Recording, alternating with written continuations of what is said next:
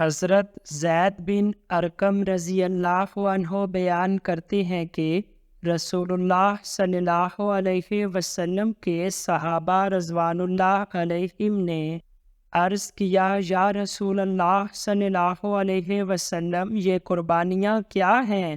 آپ صلی اللہ علیہ وسلم نے فرمایا، یہ تمہارے باپ ابراہیم کی سنت ہیں۔ انہوں نے عرض کیا، ہمارے لیے ان میں کیا ہے؟ آپ صلی اللہ علیہ وسلم نے فرمایا، ہر بال کے عوض ایک نیکی۔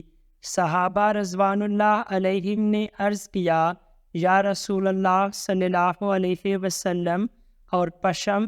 آپ صلی اللہ علیہ وسلم نے فرمایا، پشم کے ہر بال کے عوض ایک نیکی ہے۔